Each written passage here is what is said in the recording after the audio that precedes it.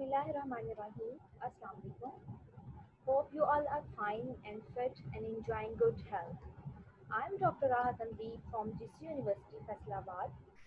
I will teach you about your course of Animal Form and Function 2, Zoology 404.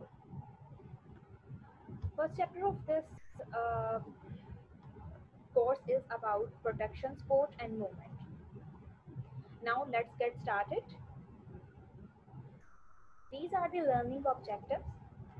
In this chapter, we will discuss about integumentary system of vertebrates and invertebrates, skin and associated parts for the protection, skeletal system and its types, movement and muscular movement. In movement, we will discuss about muscular and non-muscular types of movements. First of all, what is protection? Protection is a measure or any measure taken to guard a thing against a damage caused by the outside forces. अपनी body को किसी भी outside forces से बचाना, किसी micro organism को अपनी body के अंदर घुसने से बचाना या फिर टेम्परेचर फ्लक्चुएशन से बचाना, अपनी बॉडी के टेम्परेचर को मेंटेन रखना, होम्योस्टेसिस मेंटेन रखना, इसके लिए ज़रूरी होता है कि हम अपनी बॉडी को प्रोटेक्ट करें. तो प्रोटेक्शन के लिए ज़रूरी होता है कोई ऐसा सिस्टम जो हमारी बॉडी को प्रोटेक्ट करे या हमारी बॉडी के को एक्सटर्नली कवर रखे. तो प्रोटेक्शन के लिए ज़रूरी है एक इंटेगुमेंट्री सिस्टम. इंटेगुमेंट्री सिस्टम या इंटेगुमेंट क्या है? What is an integument? The external covering of an animal's body. कोई ऐसी लेयर या कवरिंग जो कि हमारी बॉडी को या किसी भी माइक्रो ऑर्गेनिज्म की बॉडी को या एनिमल की बॉडी को कवर करती है, उसको एक्सटर्नल कवरिंग को कहते हैं integument. It may refer to skin, cuticle, and membrane of an animal or organism. This is the skin, cuticle, and the plasma membrane or membrane. It will refer according to the animal body. Functions of the integumentary system. The integumentary system in the integumentary system protect our body from the mechanical and chemical injuries. Also protection against the invasion by microorganism. जो हमारी body की skin है वो किसी भी micro organism को direct हमारी body के अंदर इन्वेड होने से या घुसने से बचाती है. Regulation of body temperature, homeostasis को मेंटेन रखती है. Vitamin D protection. Vitamin D ज़रूरी होता है जो हम अपनी फूड खाते हैं, जो भी हम फूड लेते हैं उसमें जो कैल्शियम आयंस होते हैं उनको डिज़ोल्व करने के लिए, बॉडी में स्टोर करने के लिए विटामिन डी की ज़रूरत होती है. तो विटामिन डी हमारी बॉडी में कैसे प्रोड्यूस होता है? जब सन से जो बेनिफिशियल यूवी रेज आती हैं, हमारी स्किन उन रेज को एब्जॉर्ब करती है. वो उनकी एब्जॉर्बेंस से हमारी स्किन के अंदर विटामिन डी प्रोड्यूस होता है. विटामिन डी जब प्रोड्यूस हो जाता है तो जो हमने फूड खाई होती है, जो उसमें से जो कैल्शियम आयंस हैं उनको स्टोर कर लेते हैं बॉडी के अंदर. Reception of external stimuli, locomotion and movement, control movement of nutrients and gases bye diffusion.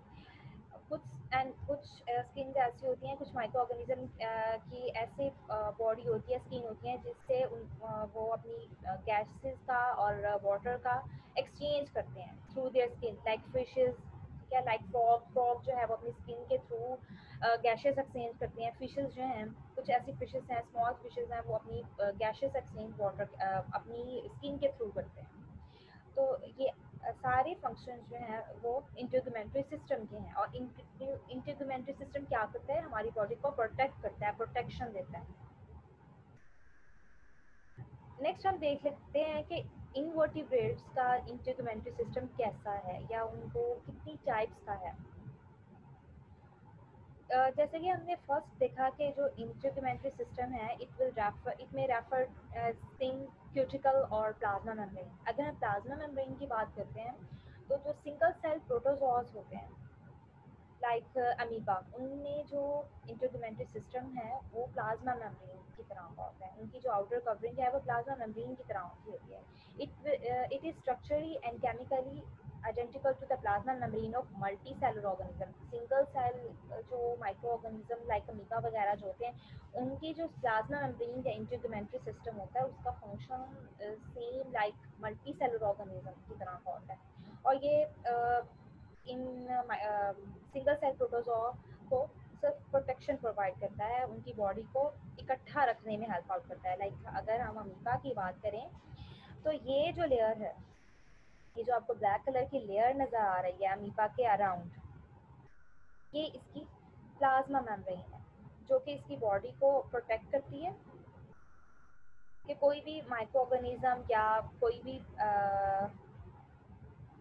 Temperature fluctuation इसकी बॉडी के को हार्म, इसके इंटरनल ऑर्गन्स को नुकसान ना पहुंचाए या डैमेज ना करे। The next type is pellicle.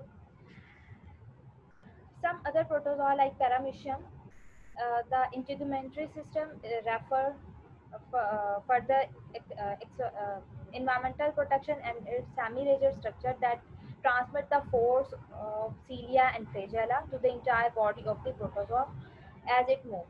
अब पैरामीशियम को अगर हम पैरामीशियम को देखें तो ये जो ब्लैक कलर की आपको लेयर नजर आ रही है ये पेरिकल की है।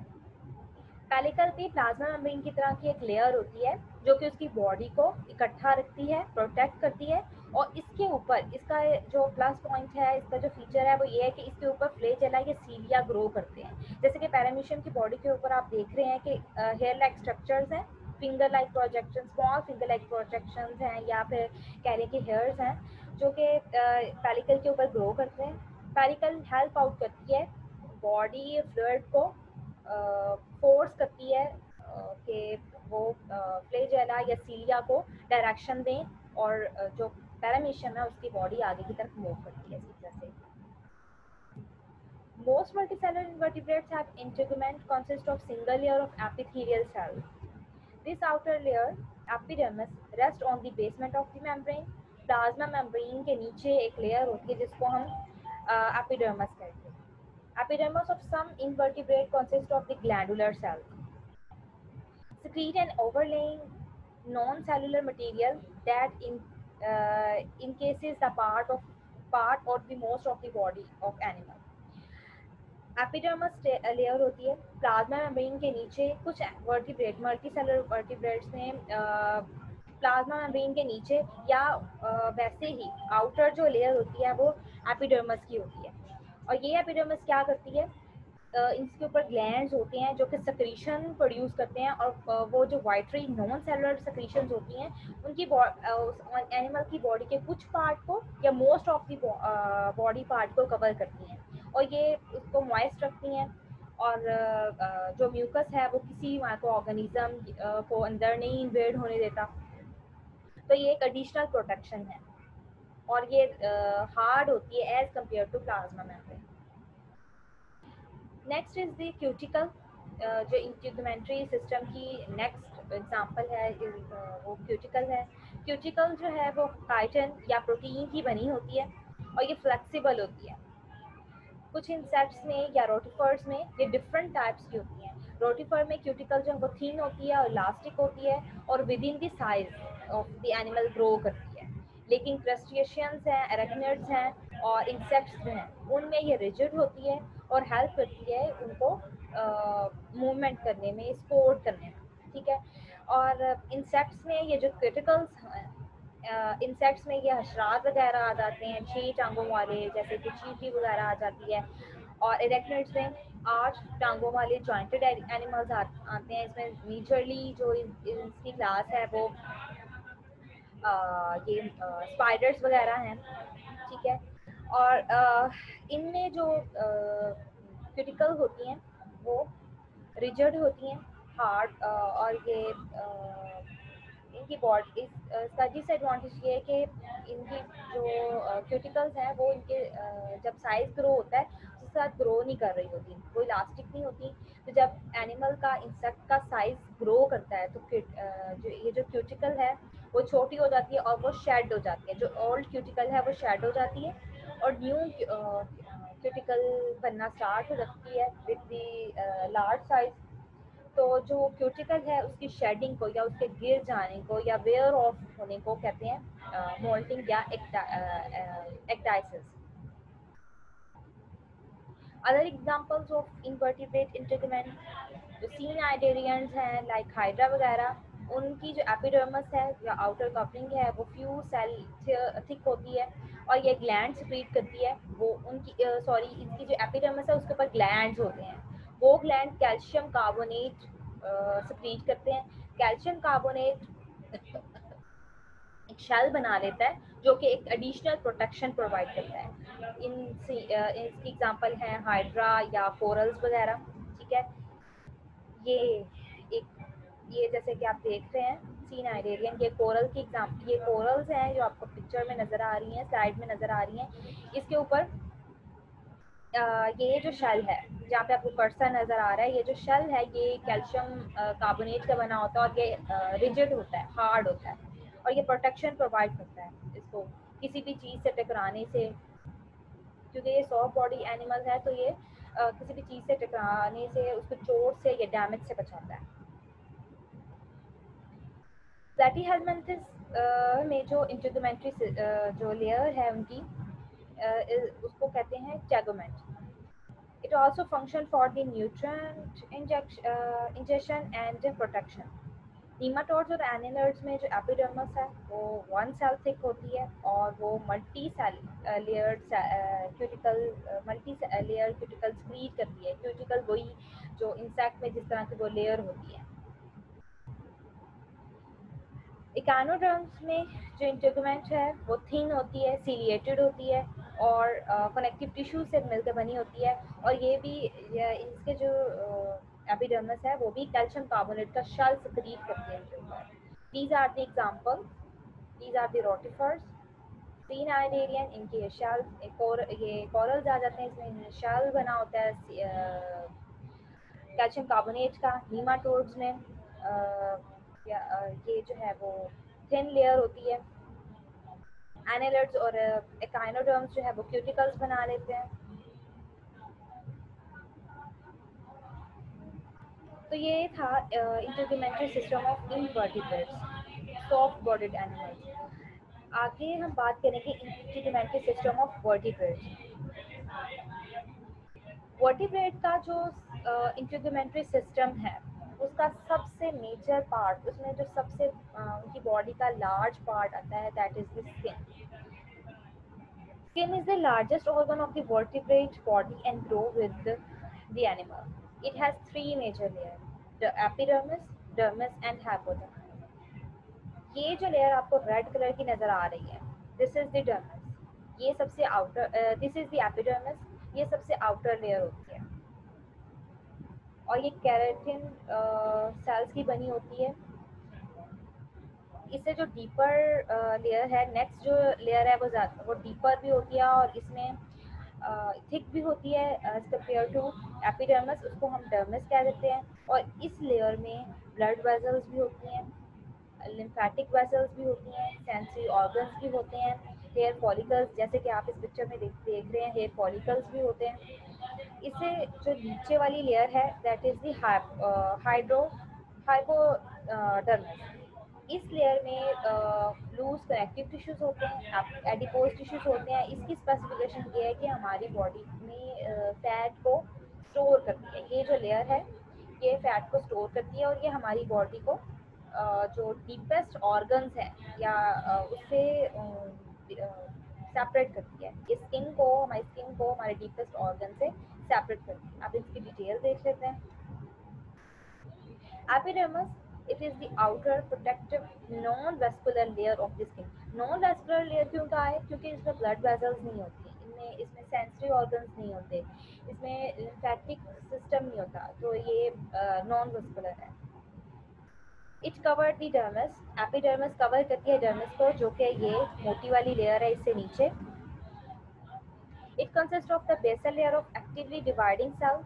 The epidermis may bear a variety of specialized structure like feeder and hair. इससे जो फीडर या हेयर वगैरह बॉडी से के जो एपिडर्मिस के ऊपर ग्रो करते हैं. Dermis. Dermis is made up of connective tissues, cells, and elastic fiber beneath the epidermis. It is thicker than epidermis. It is dense and fibrous. Hypodermis is also known as below the skin.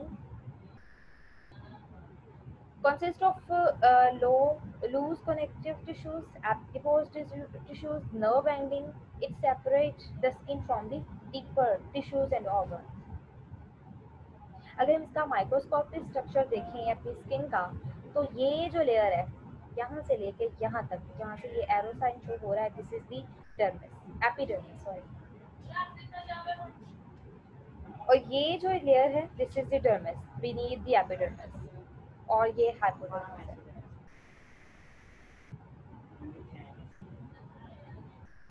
Next हम देख लेते हैं कि fishes की skin जो है वो कैसी होती है. ये जो हमने लेयर्स पढ़ी हैं, एपिडर्मिस, डर्मिस और हाइपोडर्मिस, ये स्किन हमारी टोटल स्किन की 3 मेजर लेयर्स हैं. और या नेक्स्ट जितने भी हम वर्टिब्रेट्स पढ़ेंगे उनकी स्किन में ये 3 लेयर्स मौजूद हैं.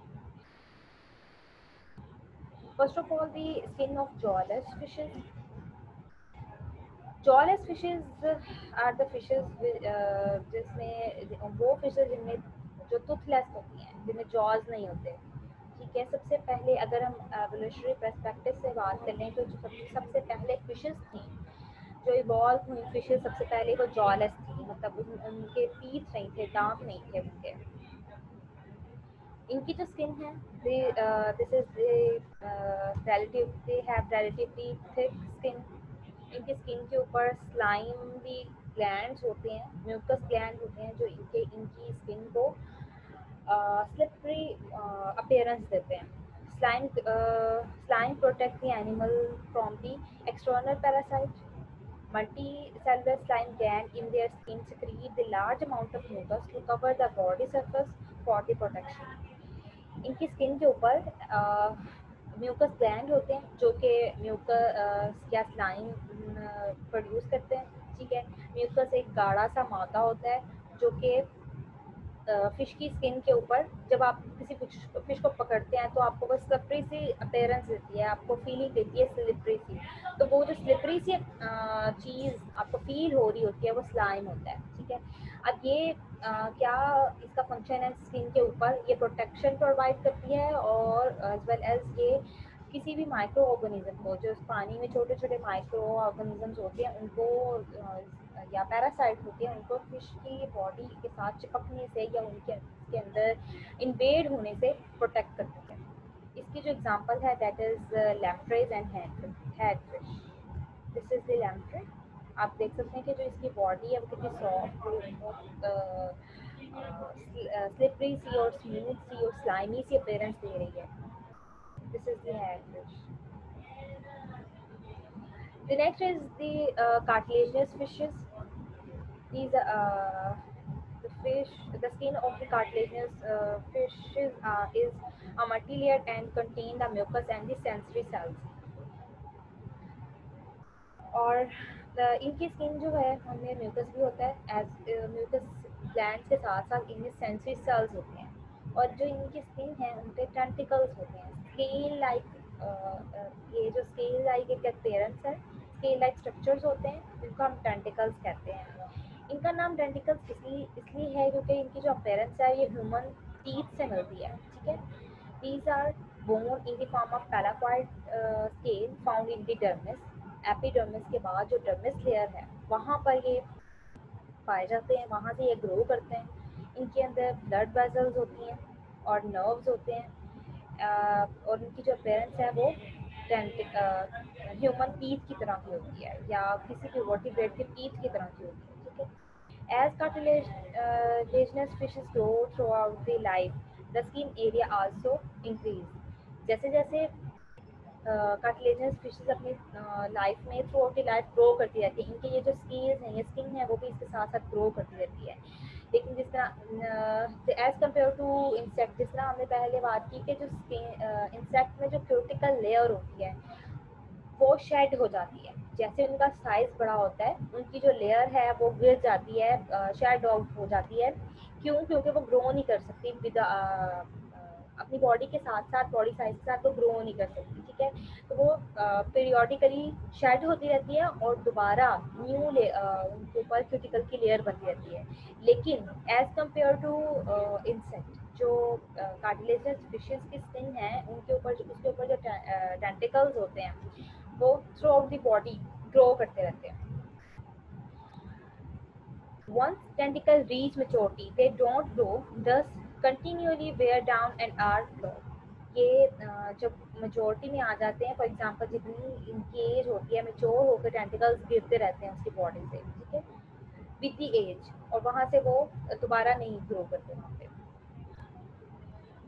Tentacles give cartilaginous fishes a sand paper texture, ये सैंडी सी अपीयरेंस देते हैं, like shark, streaks and ray fishes.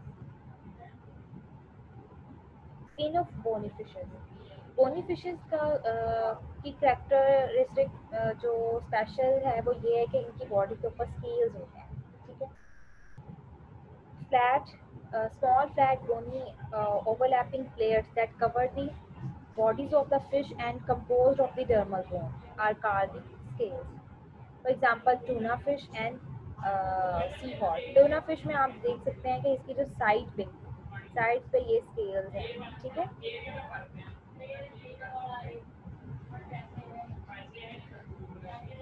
As compared to tentacles, scales don't shed. They grow at the margin and over the lower surface. Scales have growth signs. Scales से आप देख सकते हैं कि जो scales होते हैं किसी भी fish के, वो जैसे fish एक साल की होती है, स्केल भी ग्रो करते हैं, और जब वो ग्रो करते हैं तो वो एक लाइन बना देते हैं फिश के जो स्केल्स हैं। जब वो 1 ईयर ओल्ड होती है फिश, तो उसके जो स्केल हैं वो भी उसके बॉडी साइज के साथ साथ बढ़ते हैं। तो 1 साल बाद जो स्केल बढ़ता है, वो जितना बढ़ता है वो आगे अपनी एक लेयर बना देता है, ठीक है। तो अगर आपने किसी भी फिश की एज का अंदाज़ा लगाना हो तो आप उस फिश के स्केल्स को देखेंगे, ठीक है। एक फिश लेंगे, उसका एक स्केल निकालेंगे, ठीक है। फॉरसेप्स के साथ उसका स्केल निकालें, स्केल पे देखें तो उसके स्केल के ऊपर आगे की तरफ कितनी लेयर्स बनी हुई हैं। अगर तो एक लेयर है तो फिश 1 साल की हो गई है, अगर तो 2 लेयर्स हैं तो फिश 2 साल की है। तो ये जो स्केल्स के ऊपर लेयर्स बनी होती हैं, लेयर्स का पैटर्न बना होता है, ये उससे फिश की एज का अंदाज़ा हम लगा सकते हैं, क्योंकि स्केल्स जो हैं वो शेड नहीं होते, ये फिश के बॉडी के साथ साथ ग्रो करते हैं। बोनी फिशेस का स्किन जो है वो परमेएबल होती है and function in gaseous exchange, specially for the small fishes. जो स्मॉल फिशेस होती हैं स्पेशली वो अपनी गैशियस एक्सचेंज या वाटर एक्सचेंज जो है वो बाय डिफ्यूजन अपनी बॉडी के थ्रू करती हैं, ठीक है। और इसकी जो स्किन है वो परमेएबल होती है, बहुत से न्यूट्रिएंट सॉल्ट वगैरह भी इसकी बॉडी से स्किन के थ्रू पास आउट होते रहते हैं। इनकी स्किन के ऊपर म्यूकस ग्लैंड होते हैं जो कि बैक्टीरियल या फंगल इन्फेक्शन से फिश को बचाते हैं। दे आल्सो कॉज इरिटेशन और पॉइजनस। ये जो म्यूकस ग्लैंड होते हैं ये समटाइम पॉइजनस या कोई इरिटेटिंग चीज़ या वो alkaloid like structure watery material produce करते हैं, जिस वजह से इनका जो प्रे है वो इनसे दूर हो जाता है, दूर भागता है।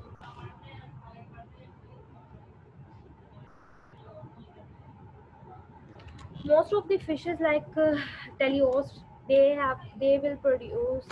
produce photophores. Photophores क्या हैं?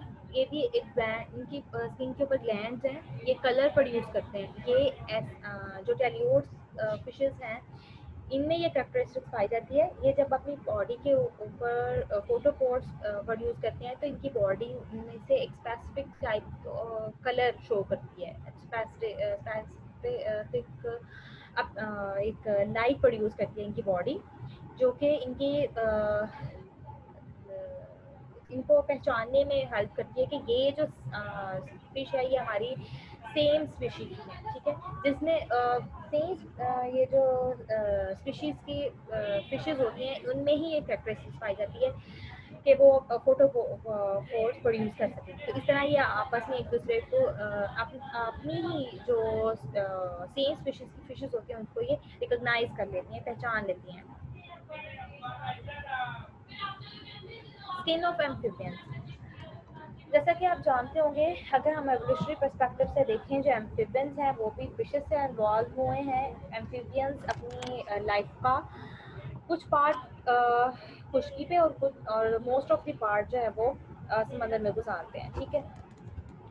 इनकी जो स्किन है फिशेस के तरह ये भी अपनी स्किन को मॉइस्ट रखते हैं, ठीक है। इनकी जो स्किन है वो भी स्लाइमली होती है, मॉइस्ट होती है। Their skin is consists of a stratified epidermis and the dermis containing the mucus and serous glands plus the pigmentation cell. Serous gland जो है वो वाटरी मटेरियल प्रोड्यूस करते हैं, सीबम कह रहे हैं उसको, ठीक है। वाटरी एक मटेरियल प्रोड्यूस करते हैं लाइक स्वेट, ठीक है। म्यूकस जो है वो स्लाइमरी उसको स्लाइमी अपीयरेंस देता है। सीरस ग्लैंड जो है वो वाटरी फ्लूइड प्रोड्यूस करते हैं जो कि उसको मॉइस्ट रखने में हेल्प आउट करते हैं। प्लस ये पिगमेंटेशन सेल्स जो हैं ये इनकी बॉडी पे कलर प्रोड्यूस करते हैं। जो कलर है वो जो इनकी बॉडी के ऊपर ये पिगमेंटेशन है या इनकी बॉडी के ऊपर जो कलर होते हैं वो भी इनकी बॉडी को डिहाइड्रेशन से बचाते हैं। ये भी एक फीचर है कि इनकी बॉडी जो है डिहाइड्रेशन से बच जाती है। The skin is highly permeable and they use it to obtain both oxygen and water from their environment. Earliest amphibians were covered by the dermal bone scale like their fish ancestors. क्योंकि इनके जो ancestor हैं ये involve हुए fishes से, तो जो इनके अपने ये एंसेस्टर फिशेस की तरह इनकी भी जो बॉडी है वो स्केल्ड होती है। बॉनी फिशेस की बॉडी पे स्केल थे, कार्टिलेजस बॉडी जो फिशेस थी उनकी बॉडी के ऊपर जैसे डेंटिकल्स थे। इसी तरह जो एम्फीबियंस हैं इनकी जो बॉडी है उस पर भी स्केल्स होते हैं। They often time their skin is moist, ज़्यादा इनकी जो बॉडी है इनकी जो स्किन है वो मॉइस्ट रहती है। Skin of reptiles as compare to amphibian, जो रेप्टाइल्स हैं उनकी जो स्किन होती है वो ड्राई होती है और ये उनकी जो स्किन है वो ज़्यादा थिक होती है क्योंकि इन्होंने अपनी स्किन को डिहाइड्रेशन से बचाना होता है। तो किसी भी चीज़ को डिहाइड्रेशन से बचाने के लिए उसको उनको एक मोटी लेयर की ज़रूरत होती है, मोटी आउटर कवरिंग की ज़रूरत होती है, ठीक है। तो इनकी जो लेयर स्किन है वो as compare to fishes and amphibian मोटी होती है, थिक होती है। Reptilian skin is comprised of two main layers, the epidermis and the dermis. Epidermis, outer layer of the epidermis is thick और उसके ऊपर glands भी नहीं होते. It is modified into the keratinized scales, cuties, peaks, claws, bracts and spiny crust. इनकी body के ऊपर thick scales होते हैं, पीक कहते हैं चूंच को, क्लॉज कहते हैं इनको, ये जो पंजे होते हैं, ठीक है। ब्लैक होते हैं जिस तरह ये स्किन के पैचेस, पैची स्किन होती है जिस तरह ये टर्टल की आपको नज़र आ रही है, ठीक है। ये पैची स्किन को कहते हैं ब्लैक और ये थिक होती है। और स्पाइनी क्रस्ट कहते हैं जिस तरह ये आपको लिजर्ड की नज़र आ रही है, ये वाली। इसकी आपको बैक पे ये जो स्पाइन से कांटे से नज़र आ रहे हैं, ये spiny crust. It is completely covered with keratin. Keratin जो है प्रोटीन है और कैराटिन का जो की फीचर है, जो प्लस पॉइंट है वो ये है इस प्रोटीन का कि ये वाटर इनसॉल्युबल होती है। जब ये खुद वाटर इनसॉल्युबल है तो ये वाटर को ना बॉडी के अंदर जाने देती है ना ही वाटर को बॉडी से बाहर इवेपोरेट होने देती है। The keratin is composed of many layers of very thin flat cells. The second layer is dermis, which is consists of connective tissue In some reptiles, they may be small bones called the osteoderms, जैसे कि savanna monster और crocodile वगैरह हैं, इनकी जो skin है इनकी जो स्किन होती है उस पर स्मॉल बोन्स होती हैं, ठीक है। जो सहरा वगैरह में रहते हैं ऐसे एनिमल जो कि लार्ज बॉडीड एनिमल्स होते हैं उनमें स्मॉल बोन्स होती हैं बॉडी के ऊपर। ये भी वाटर को इवेपोरेट होने से बचाती हैं, बॉडी को थिक, उसकी जो आउटर कवरिंग है उसको थिक कर देती हैं, ठीक है। Reptile skin heal much more slowly than the mammalian skin, often taking about 6 weeks for the defect to be carefully restored. Reptilian skin जो है वो as compared to mammalian skin, जो रेप्टाइल की स्किन होती है वो ज़्यादा थिक होती है, ठीक है। अगर उस पर कोई चोट लग जाए या कोई ज़ख्म आ जाए तो उसको हील आउट करने में भी काफ़ी देर लग जाती है, अबाउट 6 वीक लग जाते हैं उसको हील आउट करने में, क्योंकि जितनी चीज़ मोटी होती है उसको रिकवर करने में, उसको हील करने में भी उतना ही टाइम लगेगा। The thick keratin layer resists abrasion, inhibit the dehydration and protect like a suit of armor. Abrasion कहते हैं किसी चीज़ से रगड़ लगने को, ठीक है। डिहाइड्रेशन मतलब पानी को इवापोरेट होने से बचाती है, और ये प्रोटेक्ट करती है बॉडी को like a suit of armour. जिस तरह एक जंगों में देखा होगा आप लोगों ने कि जो सोल्जर्स होते हैं अक्सर उन्होंने वो मेटल का ड्रेस पहना होता है जो कि उनको कोई तीर वगैरह या कोई खंजर वगैरह लगने से बचाता है। तो इसी तरह ये भी इनकी जो स्किन है वो सूट ऑफ आर्मर की तरह है, थिक होती है, जो कि इनको कट वगैरह लगने से या एब्रेशन वगैरह से बचाती है, या ज़ख्म वगैरह होने से इनको बचाती है, किसी भी डैमेज से बचाती है। Next is the skin of birds. The epidermis is usually thin and only 2 or 3 layers thick. Birds को थिन स्किन्ड ऑर्गेनिजम्स कहा जाता है, ठीक है। Outer keratinized layer is often soft, quite soft. The most prominent part of the epidermis are the feathers.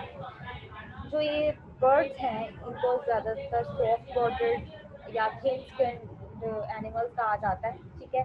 Birds की जो epidermis होती है, एपिडर्मस के ऊपर फीदर्स होते हैं। हमारी जो ह्यूमन की जो एपिडर्मस है या स्किन है उसके ऊपर हेयर होते हैं, इनकी जो एपिडर्मस है उसके ऊपर फीदर्स होते हैं, ठीक है। फीदर को अगर हम यूं एक है तो उसको हम फीदर बोलेंगे, अगर कलेक्टिवली बोलना है, अगर यहाँ ये जो इस तरह से आपको जहाँ पे मेरा कर्सर है अगर इस तरह से इकट्ठे फीदर होंगे तो हम उसको कहेंगे plumage. Feathers provide the strong yet lightweight surface area needed for powered aerodynamic flight. They also serve as insulation, trapping pockets of air to help birds conserve their body heat. They avoid the varied pattern, color, texture, and the shape of feathers help birds to signal their age, sex, social status, and species identity to one another. जो feather है वो light weight appearance या light wet surface area provide करते हैं, bird को flight में या उड़ने में उनको हेल्प करते हैं क्योंकि उनकी बॉडी जो है वो लाइट वेट हो जाती है, ठीक है। और ये इंसुलेशन का काम करते हैं, सर्दियों में ये हवा को ट्रैप कर लेते हैं अपने परों के नीचे और इंसुलेशन का काम करते हैं, ठीक है, और हीट को ट्रैप करके तो ये जो इनकी बॉडी है उसको गर्म रखने में हेल्प करते हैं। इसके अलावा जो इनके फीदर्स हैं वो डिफरेंट कलर्स के होते हैं, डिफरेंट शेप के और टेक्सचर से होते हैं जो कि इनको अपनी ही स्पीशी के बर्ड्स को रिकॉग्नाइज करने में, पहचानने में मदद करते हैं। Skin of mammals. नेक्स्ट आ जाते हैं जी मैमल्स। मैमल्स की स्किन के जो नोटेबल फीचर्स हैं वो ये हैं कि इनके जो स्किन है उसके ऊपर हेयर्स होते हैं, a greater variety of epidermal glands होते हैं जैसे कि स्वेट ग्लैंड्स हो गए, स्पीशियस ग्लैंड हो गए, ठीक है, और भी डिफरेंट टाइप्स के ग्लैंड्स होते हैं। हाईली स्ट्रैटिफाइड कॉर्निफाइड एपिडर्मस होती हैं, और फिर dermis जो है वो many times thicker than the epidermis. The skin of mammal is constructed of two layers, a superficial non-vascular epidermis and an inner layer, the dermis or the cornea. जो epidermis होती है वो नॉन वैस्कुलर होती है, इसमें blood vessels या lymphatic vessels नहीं होती, ठीक है, और इसको हम स्ट्राट्रियम कॉर्नियम का नाम देते हैं।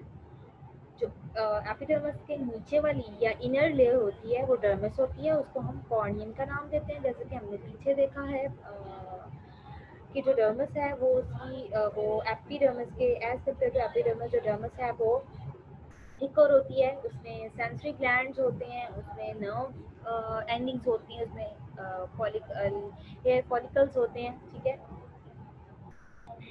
और जो एपिडर्मिस है, epidermis is composed of stratified squamous epithelial and consists of the several layers of a variety of cells. Rapid division of these variety of cells in the deepest epidermis push toward the surface from the deepest layer of the epidermis dies and become keratinized.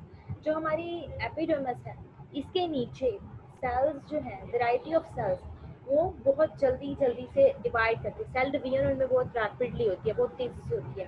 अब वो जो sales हैं वो divide करते रहते हैं और dead होते रहते हैं, डिवाइड करते रहते हैं और डेड होते रहते हैं। वो जो डेड सेल्स हैं वो एपिडर्मिस के बाहर की तरफ आना स्टार्ट कर देते हैं, ठीक है।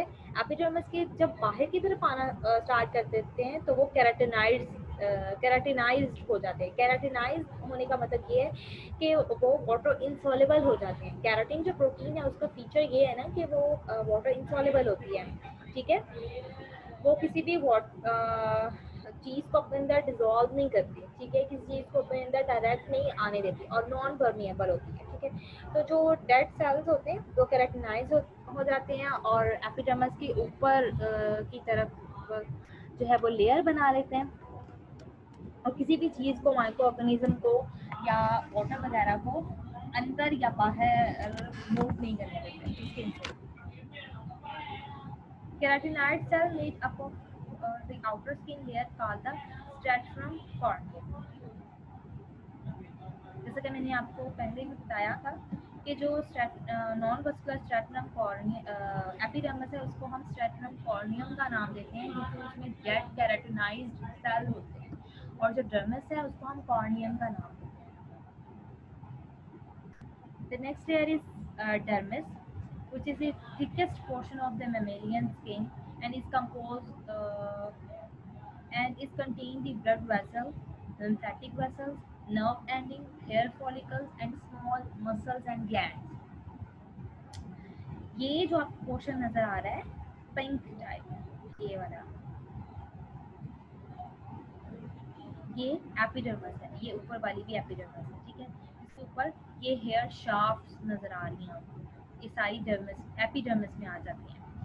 ये पोर्शन इतना, ये डर्मिस है, इसके अंदर ब्लड वेसल्स भी हैं, ठीक है, लिम्फेटिक वेसल्स भी हैं, इसमें ग्लैंड्स भी हैं और सेंसरी ऑर्गन्स भी हैं, स्मॉल बोन्स भी हैं और some small variety of muscles भी होते हैं, ठीक है।